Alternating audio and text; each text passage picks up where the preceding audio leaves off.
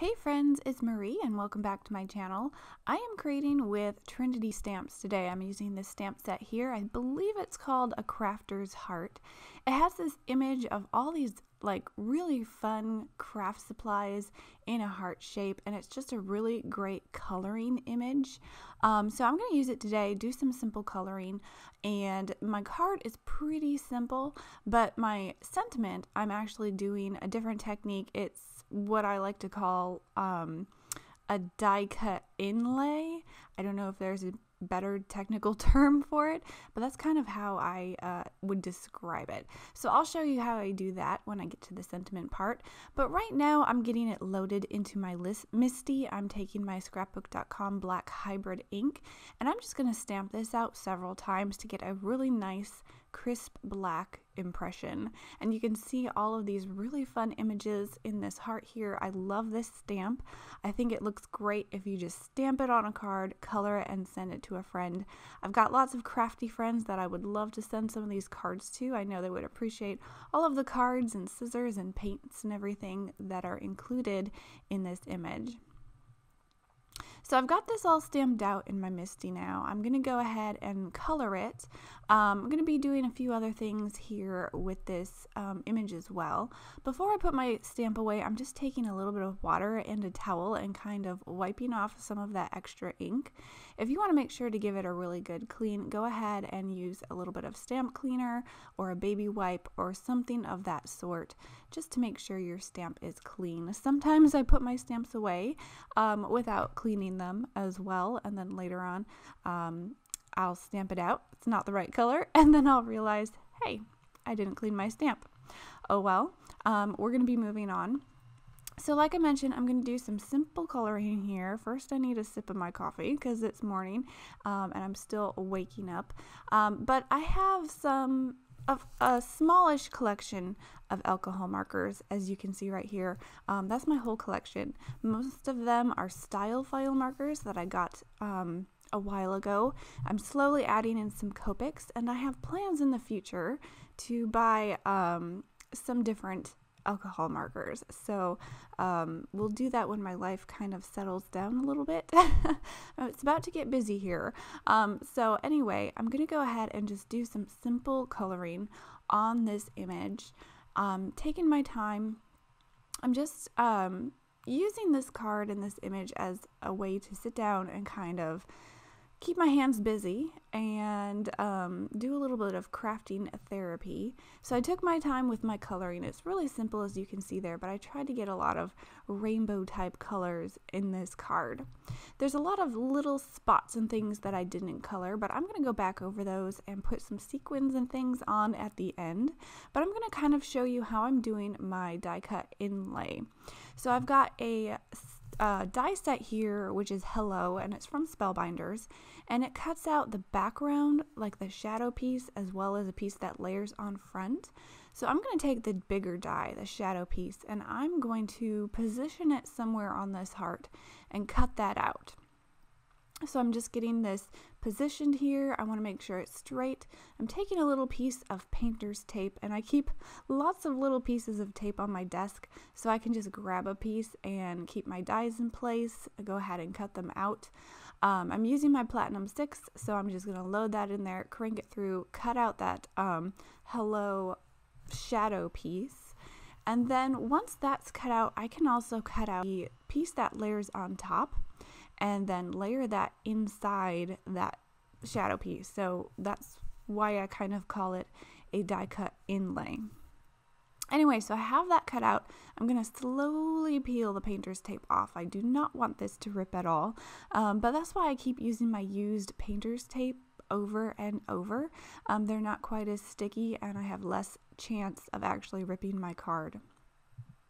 So I want to pop up my card front with a little bit of foam adhesive before I go ahead and put my other sentiment parts together. So I'm using some foam adhesive from scrapbook.com. This is their 2-inch wide adhesive, which I love for putting on the back of card fronts because it's already wide and you don't have to like cut tiny little strips. In this card, I am cutting them a little bit smaller because I want to make sure I get foam adhesive all around this hello here. You see there's some tiny areas around that sentiment, and I really want to have some good support so that it doesn't get squished or crushed through the mail. I'm also going to put a few little foam squares in some of those tiny areas just to give a little bit more support. So you can see these little squares that I'm popping on here.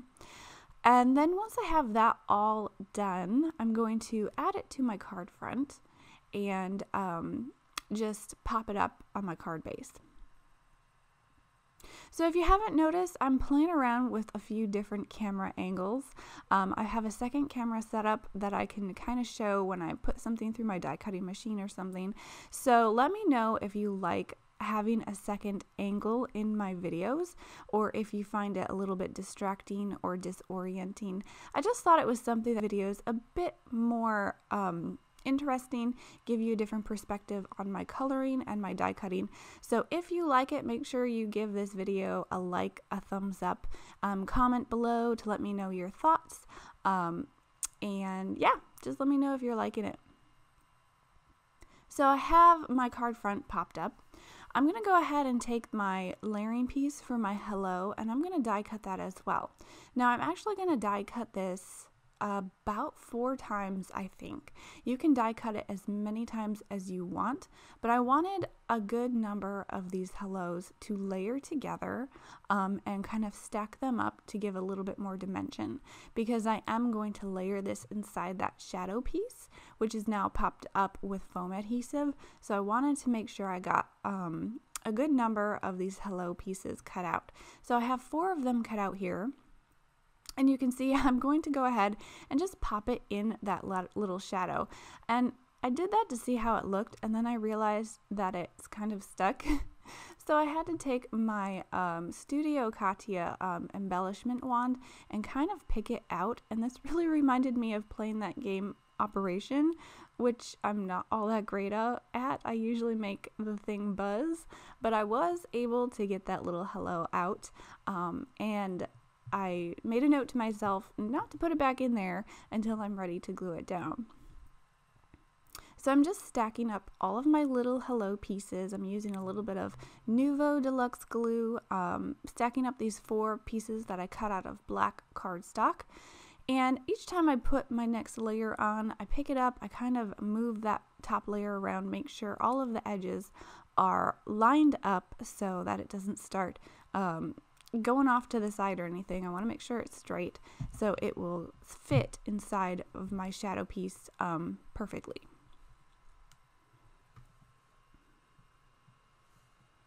So I'm putting my 4th layer on here, and that'll be all the layers that I'm putting together. It'll be nice and thick, and then I'm going to pop it in there after I put some glue on the back so I don't have to fish it out again. And that's kind of my simple die cut inlay technique. Now you don't have to pop up your bottom layer and then to put your piece in. I just chose to do that because I really like popping up the fronts of my cards, but you could do this with different colors. You could just lay it flat and then put in maybe some glitter cardstock or something, change up the colors and the designs. I think it's a really kind of a fun technique and a different way to put your sentiments together.